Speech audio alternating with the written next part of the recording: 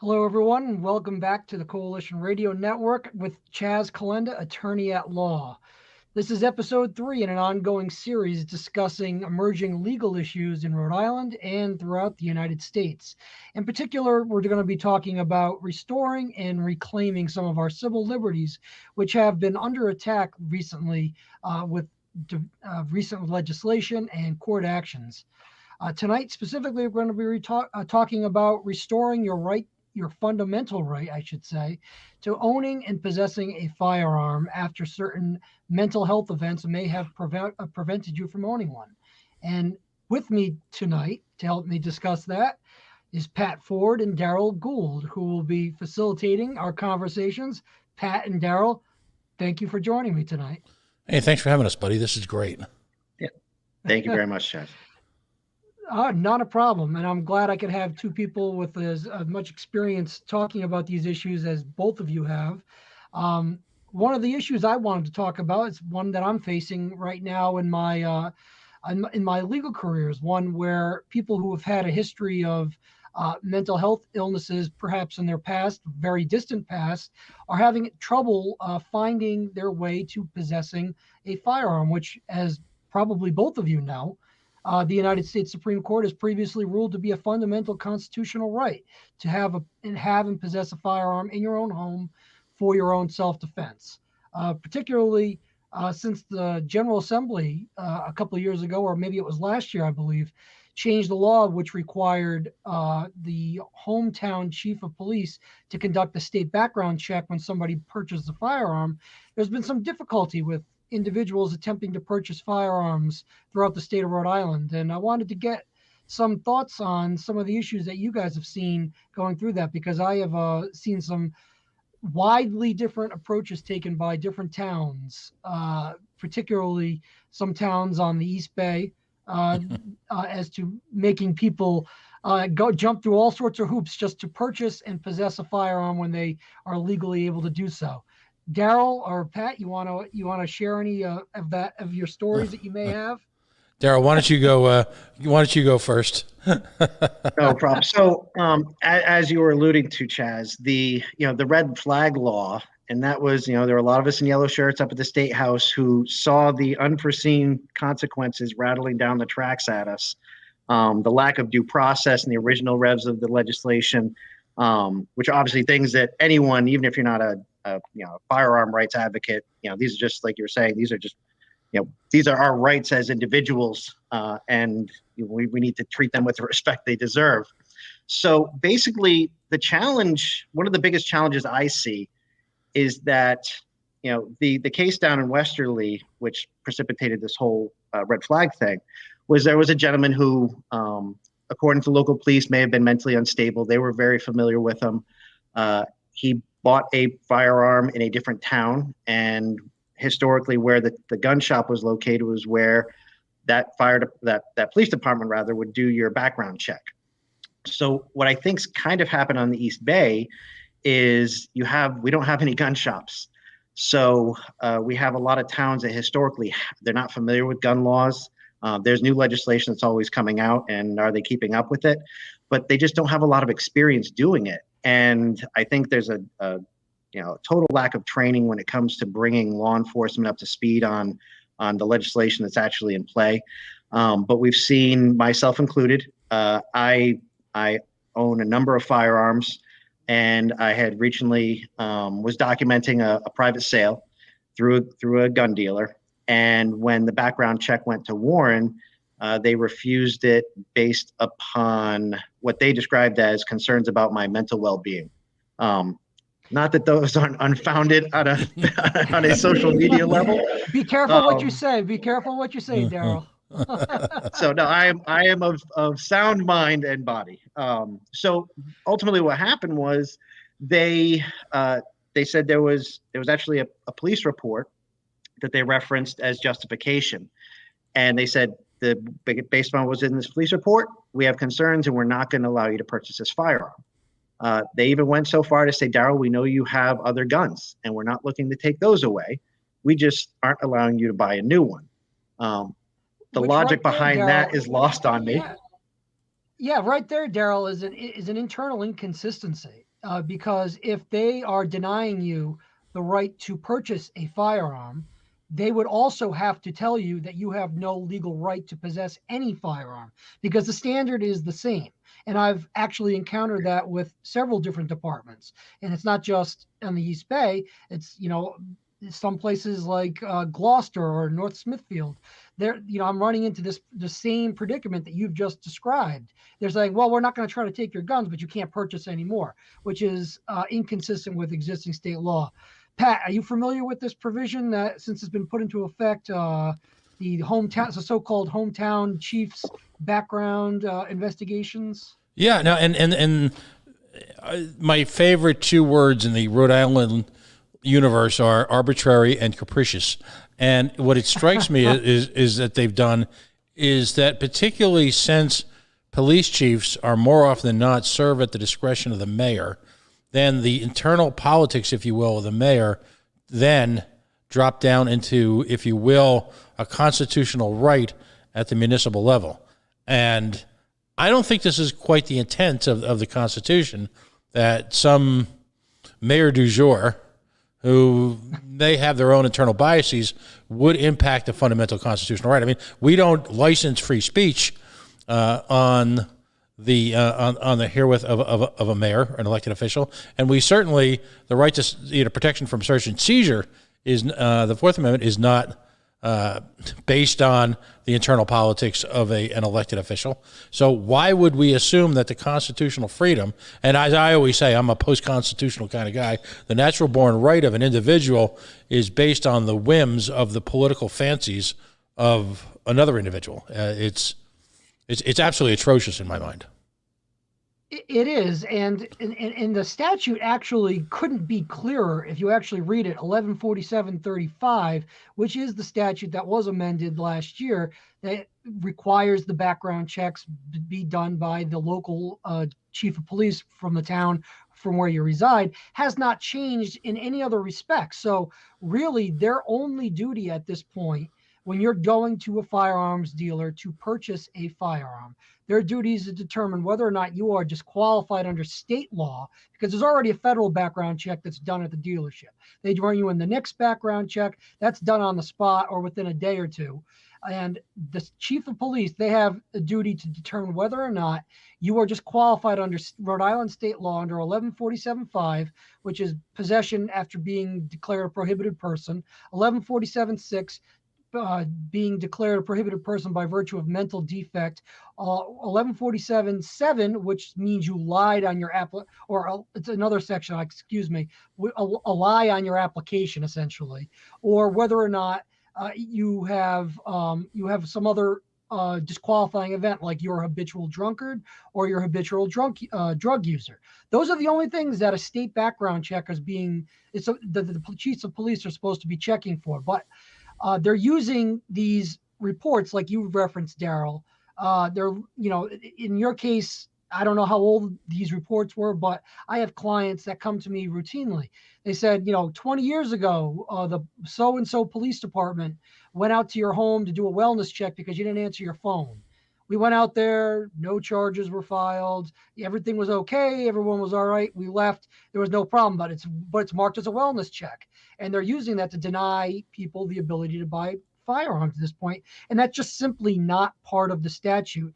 And people are having to resort to hire lawyers like me to exercise their fundamental constitutional rights, which Pat, I couldn't agree more that, we have fundamental, and I would agree with you in your terminology, natural rights that are, have been bestowed upon us by virtue of being human beings by virtue of being Americans that are being trampled on at the whims of the arbitrary and capricious decisions of certain public officials. And I think that's a very troubling trend.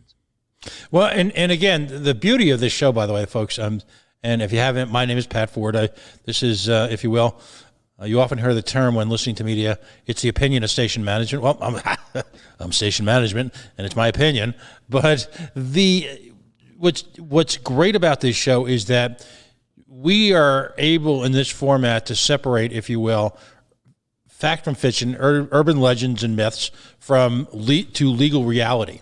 And the ability to have an attorney, not just like someone like myself who's literally an expert and tries to play one on the radio, but literally be able to examine as a legal issue purely in the sense of the law. So my question, attorney, is that, you often hear the conversation about the difference between will and shall. And you hear the conversation sometimes circulating around the notion that they must process this unless there is a substantial or substantiated legal issue, and that discretion is not introduced.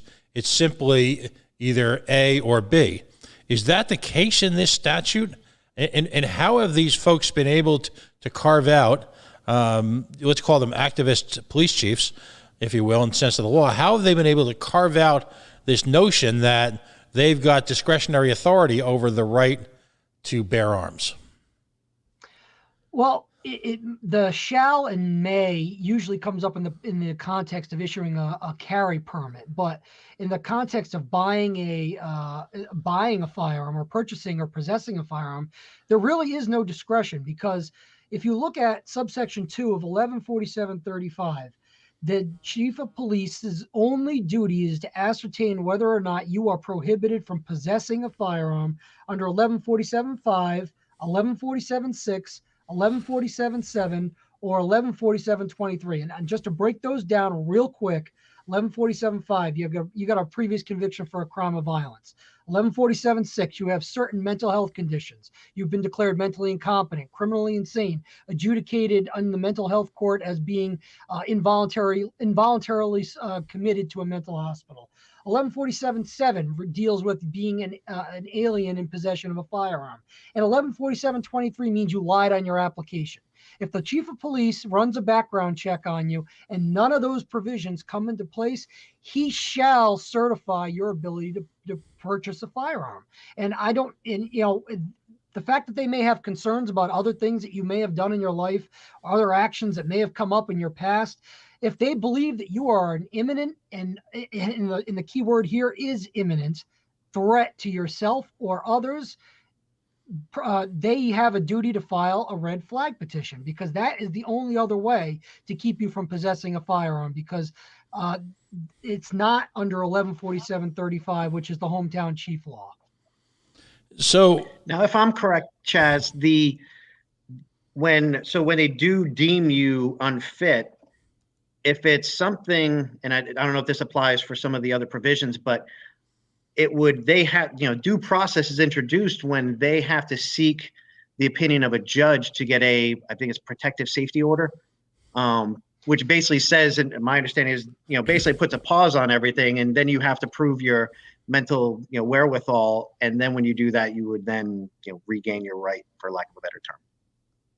Well, unfortunately, on the state system, there is no formal process to appeal the chief of police denial of your ability to purchase a firearm. If they deny it, you have to literally try to negotiate with them or take it to court to try to sue them for specific performance.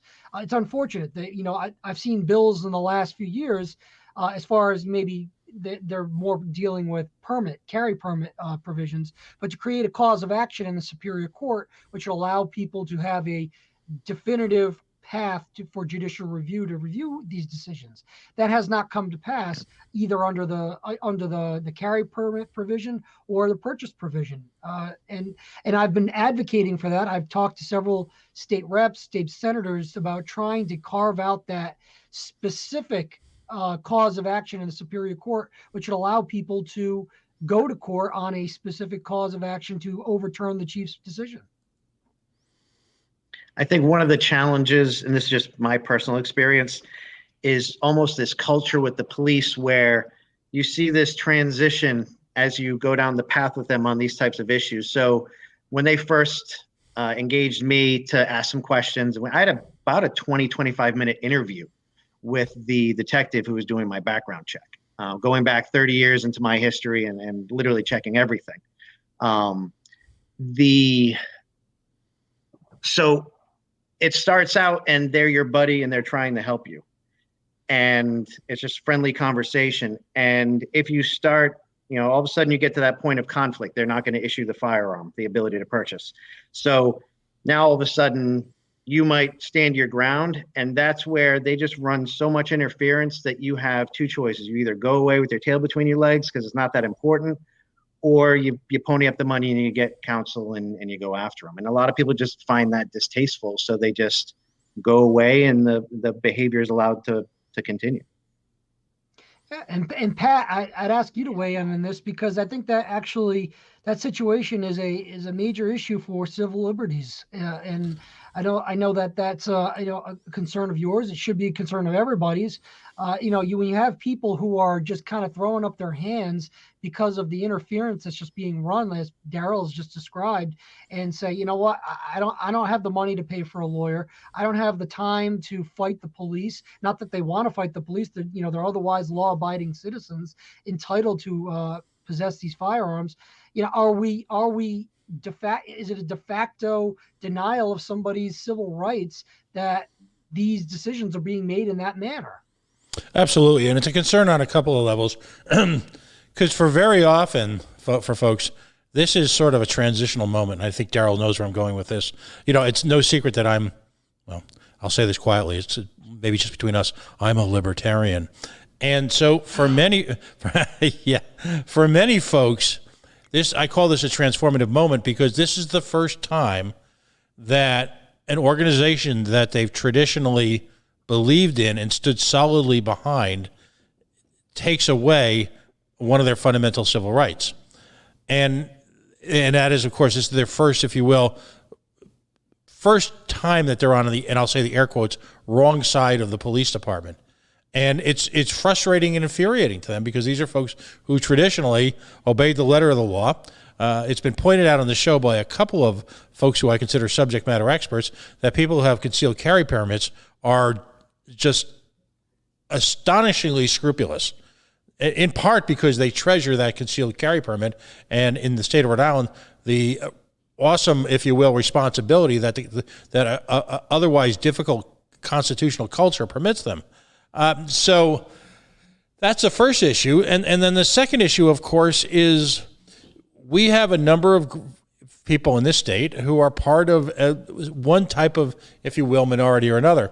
And I've long advocated for folks in the LGBTQIA community to embrace, if you will, firearm culture solely for purposes of self-defense, because as a people, they are often targeted indiscriminately at a higher level than you'll see in traditional society. So all of a sudden, you're taking a group for whom it can be argued statistically. I'm taking the emotion out of it. I have many friends who are part of that community and are going through that sort of mental transition now, as you again have this this terrible series of tragedies, and particularly involving people in the trans community. So you're targeting, and very often you're not targeting the white hunter, if you will, that prototype, but the people that this makes this difficult for are people who live in areas and where street violence is an issue, and for people whom, because of the, if you will, the culture, the social culture, they are often picked upon.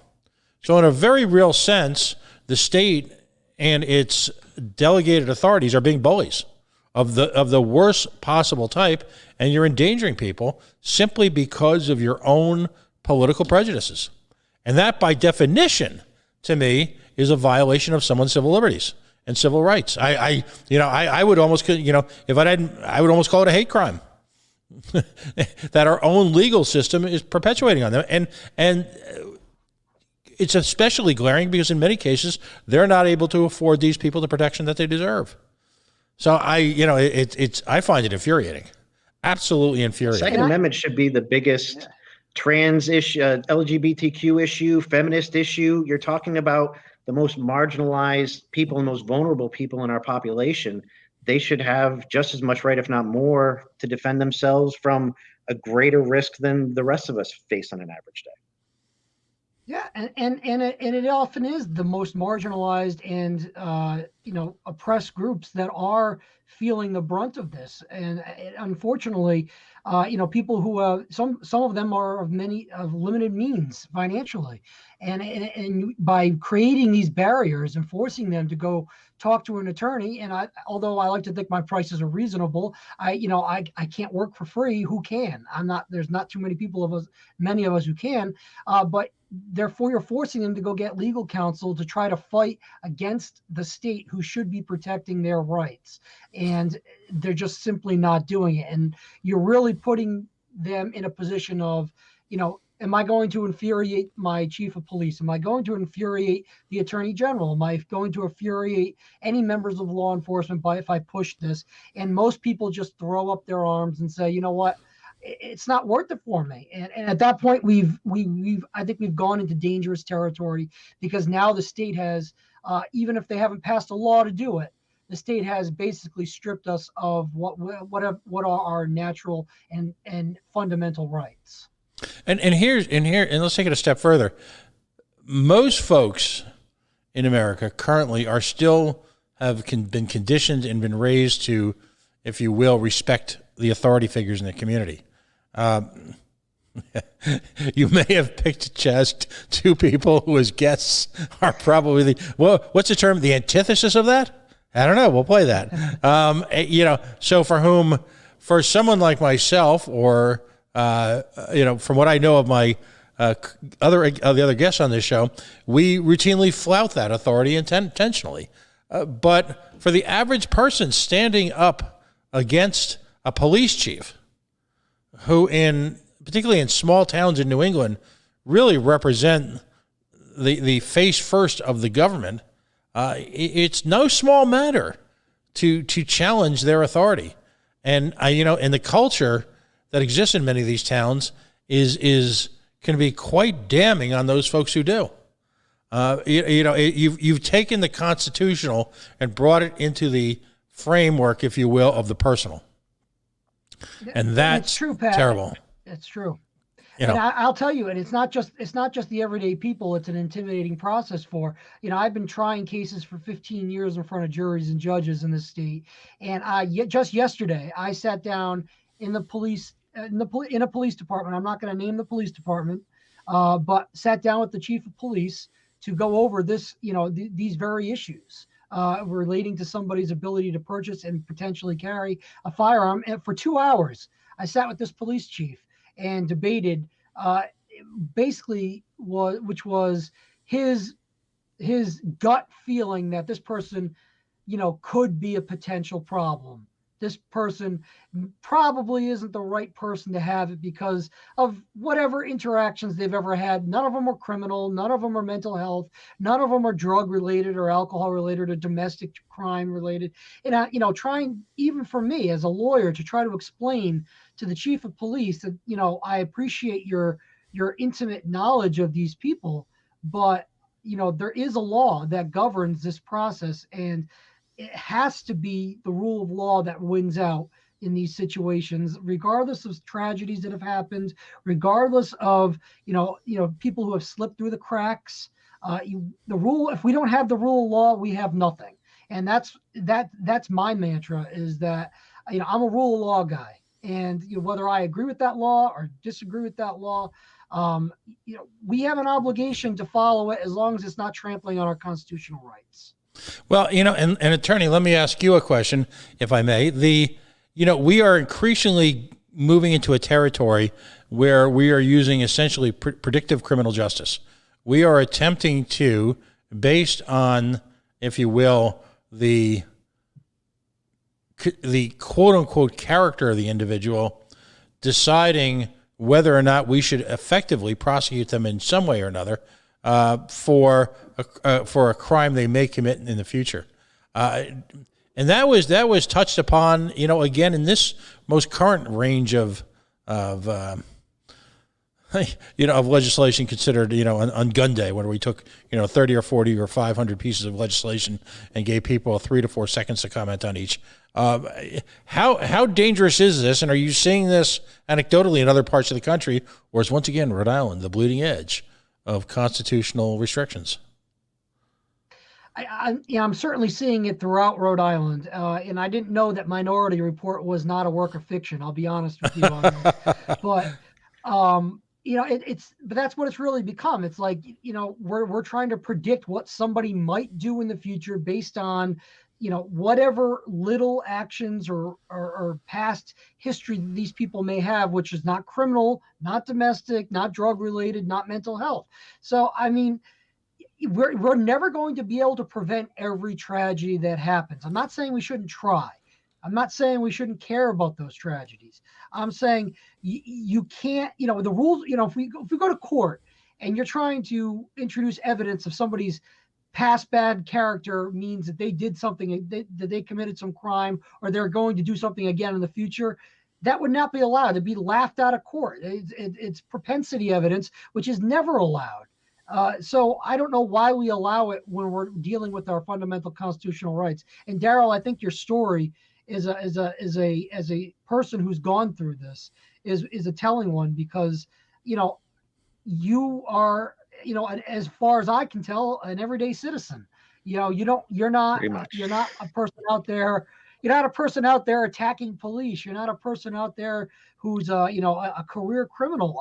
I don't understand what why you would have to go sit down and have an interview, a 30-minute interview with the chief of police to buy a firearm. I've never even, I'll be honest with you, it's the first time I've ever heard that for a purchase of a firearm. And they've actually, what's interesting is, and I believe we have some people who might not have the biggest of brains, but they have a very small book that they try and follow on a daily basis. So they referenced this report. And so obviously I wanted to get an idea as far as what was in this report and who made it. And so I filled out the APRA request for it. And as you know, they have 10 days to respond. On the 10th day at 5:15, the Warren police officer delivered to my apartment the denial letter stating that because so there was a report filed, again, I don't know what's in it, and they are refusing to release the file or the report to me because they said it was never validated, justified, or investigated. And because there is private information of the claimant in it, they are under no obligation to share that with the general public because nothing ever came of it. So I can't even get the documentation they're using to prevent me from buying the gun. I wonder what the entity who would have the ability to overrule them, the Attorney General, if you filed a complaint with the Attorney General, I wonder what the Attorney General would say about that. Pat, do you have any ideas what the Attorney General, Peter Noronha, would say about that denial of an APRA request that is basically seeking information which is being used against a person from exercising a fundamental constitutional right? Fat, dumb, and stupid is no way to go through life, young man. 0.0. The Attorney General, and this is my statement, not the statement of my guest, it seems to be running a Dean Wormer like campus kangaroo court in terms of just about everything. So I'm not expecting much other than the usual pablum that is spewed across the state.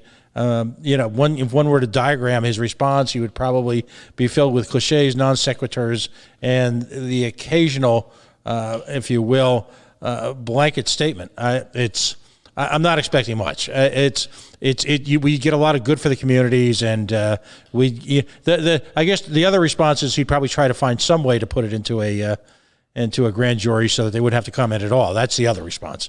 So if only we had a great candidate that we could get behind for Attorney General in this state. Yeah. If Uh, only. And Pat, I'm impressed you were listening when we had our conversation because, as you just alluded to, the grand jury is the all-purpose shield that the attorney general can hide behind, so they never have to comment on anything. So yeah. let me just put it into the grand jury. No true bill. I'm sorry. The rules do not let me comment on why, how, what happened, or who showed up behind that attorney general behind that grand jury proceeding. It's the Right. biggest trick that prosecutors use. They hide behind the grand jury, in particular in Rhode Island, because it's the most cases never have to see a grand jury unless you're facing life imprisonment. So to me, I 100% agree that that would probably be the response, and it's a poor one because this attorney general has been sued himself by a law student, if I'm not mistaken, Right. for trying to charge excess fees for an app based on an APA request. I know this is kind of veering off the subject, but I just found that to be a little bit ironic. No, that in fact, that young lady appeared here on the coalition, a young woman, very, very bright, and interestingly enough, I think represents a whole new breed of activists. A graduate, or I'm sorry, a student at Roger Williams University Law, and it's and she's part of the immigration group there that practices pro bono immigration law for a number of people. So it's there's hope there, but what we've got is we've got this government in place which is erecting obstacles at literally every level for even the exercise of the most basic rights. So my question, Chaz, is what's the step-by-step process? Let's take Daryl as an example. What should Daryl do right now? He is. I'm always made an example of. Yeah. if Jazz, don't even ask. But what would Daryl do? WWDD. What would Daryl do in this situation? Daryl, this is not my legal, this is not professional legal advice. This is just my commenting. But you, at this point, if they're denying you the ability to purchase a firearm, your only recourse is to seek judicial intervention, and that is no small task. And it's debatable whether or not that there's an action in the Superior Court where you can take, or you have to go directly to the Supreme Court, as you do when the police chiefs or the attorney general denies you a ability to have a gun carry permit. As you know, if you're denied of the ability to have a permit by a police chief or the attorney general, your action lies in the Supreme Court of Rhode Island, and that is a daunting experience even for well-seasoned attorneys. And there are very few of us, very few attorneys out there who actually even practice in the Supreme Court, who have seen the inside of the Supreme Court since the day they were sworn in. So it's that's one of the challenges, and quite frankly, that kind of leads me into one of the other situations that we're facing here, where people are being denied their rights in a way where the government has set up a process to get your rights back. You've lost your rights to possess a firearm because you have perhaps a mental health disorder that disqualifies you under federal and state law. You've lost your right to possess a firearm. But Rhode Island, several years ago, I think it was 5 or 6 years ago, they passed 114763, which created the Relief from Disqualifiers Board, which if you had a mental health disqualifier and you were not able to possess or own a firearm, now you are able, theoretically, you are able to petition this board for free and have them consider whether or not you have overcome that mental health disability so you can safely possess and own firearms. I have a client right now who is attempting to use that statute to get her rights back to simply own a firearm based on a mental health incident back in 2006, 2007. She has her doctors all saying that she's fine, she's overcome her situation, which is great. And I think that's something that we all want to promote, is that we don't want to have people stigmatized who have mental health issues, who have otherwise sought treatment and successfully treated. But this woman has not been able to petition that board because the board doesn't exist. The board doesn't exist, and I think the Providence Journal did a piece on that. And I don't want to slam the Providence Journal, but one of the few pieces of good journalism I've seen around here in the last last few years. In January of 2020, they're talking about this board. They've never heard a petition. It's because they don't exist. I submitted APRA requests to the Attorney General and the Governor's office when it was Governor Raimondo, asking, who have you appointed, Governor, to sit on this board? There's supposed to be 5 members, one of which is the Attorney General or his designee, one of which is the Director of the Department of Behavioral Health and Disabilities. The other 2 are a psychiatrist, a psychologist, and then there's a law enforcement member. Right now, there are no members of that board. There is no place to submit that petition. So my client had to hire me at great expense, and we are going to have to file suit in the Superior Court against the state of Rhode Island because this person cannot even exercise their opportunity to get their fundamental rights back. And Pat and Daryl, I'd be interested to know your take on that. Are you surprised that this board that was created by statute does not even exist? All you have to do is ask Blake Philippi about the non-existent boards that exist in this state and the power that they do or don't wield over us. So it doesn't surprise me. No, and it's my understanding, and this was from a couple of years ago, that there's also supposed to be a lemon law board for vehicles in the state. And a few years ago, and please PolitiFact me, please prove me wrong, but in the state of Massachusetts, a lemon law is alive and well. The lemon law for vehicles can actually be a way for both the dealership and the consumer to get relief. So it in its own way, it can be quite a restorative process. It's one of those few areas of government where you could actually potentially have a win-win. But to your point, if the board is not staffed, if the board is not in force, you're sitting there and it's Kafkaesque what happens in Rhode Island government. It's absolutely Kafkaesque.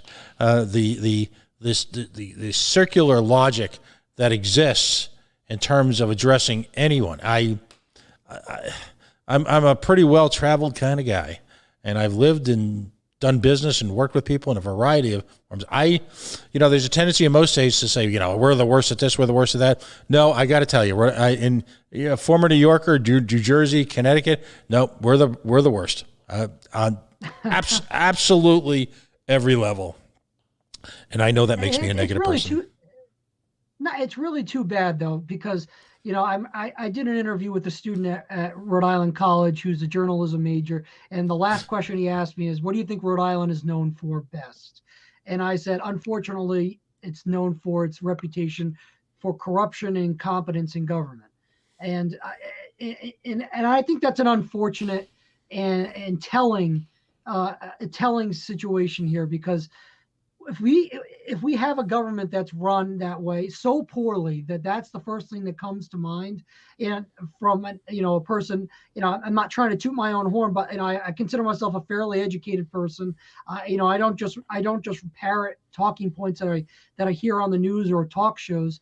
But that's the first thing that pops in my mind, and it's got to be the first thing that pops in most people's mind, because it's just gone on for decades and decades.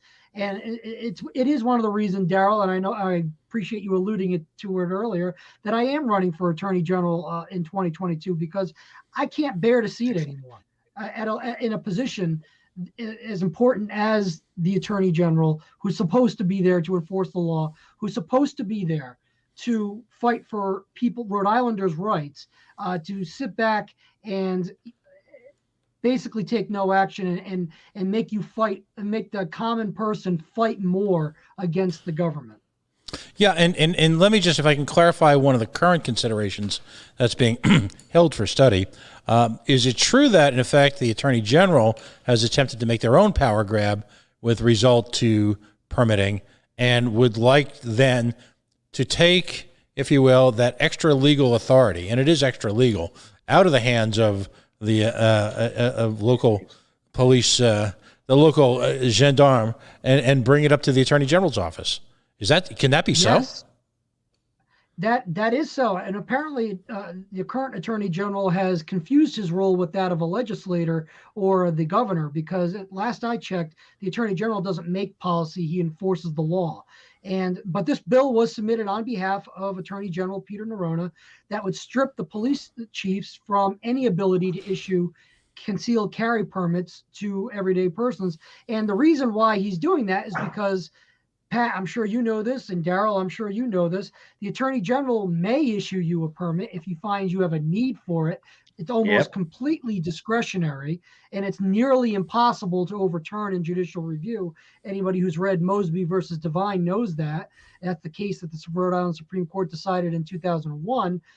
But it takes away the shall issue path for people seeking permits to go through the local police chiefs to get their permits. It's a totally different statute. It's a totally different standard. And the Attorney General, by submitting that bill, if that bill were to become law, you would no longer have the shall issue path for getting a gun permit in the state of Rhode Island, which I think there would be some constitutional issues, as alluded to by the Rhode Island Supreme Court back in 2001, if you don't have the shall issue path.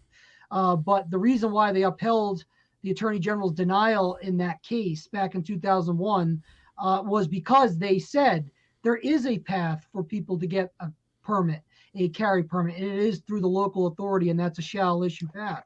So you take that away, there's going to be legal challenges, and I think ultimately that's going to end up a real perhaps a seminal case on Second Amendment law in Rhode Island, the Rhode Island constitutional counterpart. But here's and Chaz, you and I have had this conversation before offline. When folks hear about a terrible ruling or a terrible law, they often talk about, well, that'll never stand, and I guess the cliche du jour is constitutional muster. But in order to get it to be turned down, if you will, on constitutional muster, which is certainly no guarantee in an era of activist judges, in an era of politically appointed justice, in an era where, let's just say, the current regime that's been in power for 80 years is appointed justice. I think you get the point. It's it's the expense, the time, having standing, and then the time again, and then the expense again of fighting for something like that can effectively put a cloud over someone's constitutional rights for a generation, can't it? I think we are the perfect example. This state, Rhode Island, is the perfect example of that. It's the process, Daryl and I were talking about earlier, to go to the Supreme Court and ask them. Basically, it's called a petition for writ of certiorari, and it's a discretionary petition. It's a discretionary petition that the Supreme Court can accept or reject, and they can do it based on whatever their whim is. You need at least three justices to agree to accept the petition. And if they don't have to do it, but the process to do it, to get them to issue a show cause order to get the other side to respond is a daunting one. And then once you get that, you have to brief it. You have to potentially orally argue it in front of the justices, and it can take years for them to issue a decision. And you're right, Pat. There is no guarantee that there's going to be a ruling in your favor, and you risk making bad law, especially. And I'm not saying this about any particular justice, so I want to make that particular clear. I'm not saying this about anyone in particular, but you do risk making bad law when you go in front of a court that maybe perhaps is not sympathetic to your position. Right. And so essentially you institutionalize politically based, politically charged laws through a politically enabled system. And my understanding is, in terms of the certiorari process, whether it be at the state Supreme Court level or the federal Supreme Court level, there is no appeal, is there? No. Well, in the state Supreme Court level, there could potentially, if it touches on a federal constitutional right, there could potentially be a request to the United States Supreme Court for a petition for writ of certiorari to review the state Supreme Court ruling. But that is exceptionally rare. You don't see that very often. It is difficult to get the state Supreme Court to do it. and just magnify that by about 1,000 times to try to get the United States Supreme Court to do it. And I guess maybe you could give us another lesson, Attorney Calenda, and maybe this is a great way to sort of bring it to a close for tonight. The Rhode Island, the state attorney general, not the federal attorney general, but the duly elected attorney general for the state of Rhode Island. Who, as an attorney, does he represent? He represents the state and its people. He has an independent constitutional duty to not only uphold and enforce the laws of the state of Rhode Island, he has an independent constitutional duty to make sure that the rights of Rhode Islanders are being protected. Not just some Rhode Islanders, not certain favored groups, not certain groups at all. He has an obligation to make sure the laws are enforced justly, fairly, and in everybody's best interest. So it's not just, somebody files suit against the state of Rhode Island or the governor or some other state officer that he has to come in there and jump in there to defend it. He has an independent duty to make sure Rhode Islanders are protected. And when you exercise the duties of that office and the powers of that office, which are immense, which are virtually unchecked, in a political manner, you have, in my opinion, abdicated your constitutional duty as the Attorney General of the state. And if I can clarify that point, elegantly said, by the way, you're not the governor's attorney, are you? Certainly not personally, but there are times where you will have to act as the governor's attorney in the capacity of their role as the governor. Right. But certainly not in terms of the governor as someone who is, if you will, challenging the rights of the citizens of the state. Right, correct, and that's the point I've been making with a lot of these COVID restrictions from the executive orders that have come down from the governor's office, from the Department of Health, that the Attorney General doesn't answer to the governor. The Attorney General is not appointed by the governor, unlike on the federal level where the Attorney General is appointed by the president. This Attorney General in the state of Rhode Island is an independent constitutional office, and he has a duty. If he believes that the rights of Rhode Islanders are being trampled upon, in my opinion, he has a duty to take action. He has standing as the state attorney general to intervene in any case to make sure the rights of Rhode Islanders are being protected, just like he did in a lot of these environmental cases that we've seen come up recently in Jamestown and Block Island. He intervened. He was not part of those cases originally. Attorney General Nerona intervened because he felt it was in Rhode Islanders' best interest. Now we can debate the merits of that, but there's my point. He made my point for me because he felt it was his obligation to make sure that Rhode Islanders were protected from this threat to the environment of Rhode Island in those cases. Wow. I understand that you have someone special coming on next week. What's next up on the agenda? I am thrilled to say that I'm going to have the queen of guns, the queen of firearms in the state of Rhode Island. Daria Bruno is going to be my guest on episode 4 next week. And I can't say enough good things about Daria. She has done so many good things for the community, the Second Amendment community here in Rhode Island. She's qualified me on the range more times than I can count. I've been on her radio show and she was on the radio many times. I even did an internship with her when she used to be on B101, the oldie station, back in the 90s. So I'm excited to talk about some gun laws and some upcoming issues on the Second Amendment with her next week. Outstanding. I'm going to put on my station management hat for a second. The goal of this network was to be able to support shows and forums like this, where we could sort of swim through the morass of government, the morass of conventional wisdom, the morass of the urban myths and legends that sort of perpetuate and perpetrate our lives here as Rhode Islanders and as Southern New Englanders and as Americans. And I can't tell you, Chaz, how proud I am to have you on our network. Doing a weekly show, same bat time, same bat station, every week. here at 8 o'clock, schedule permitting. We'll occasionally do the replays. We've already building up if you will, a backlog of material that we can go back to if you have to travel or if your legal, if you will, requirements / responsibilities take you off the air. But this is, Rhode Islanders are craving this type of information and this type of realistic yet accessible discussion of the laws, because I'll have you close this out, but the urban legends, the myths, they don't matter. It's what's on paper. It's what you can actually do, and it's what you have practical access to that really is what's going to save you as an individual, isn't it? It absolutely is, Pat. And you know what?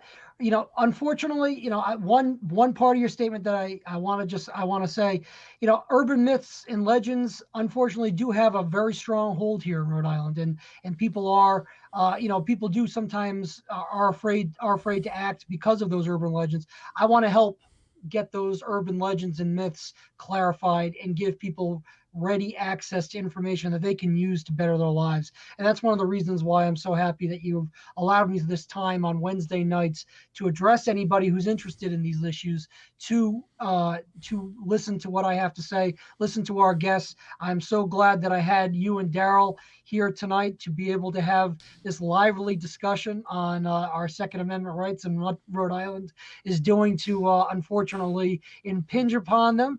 But this will obviously bring our episode 3 to a close.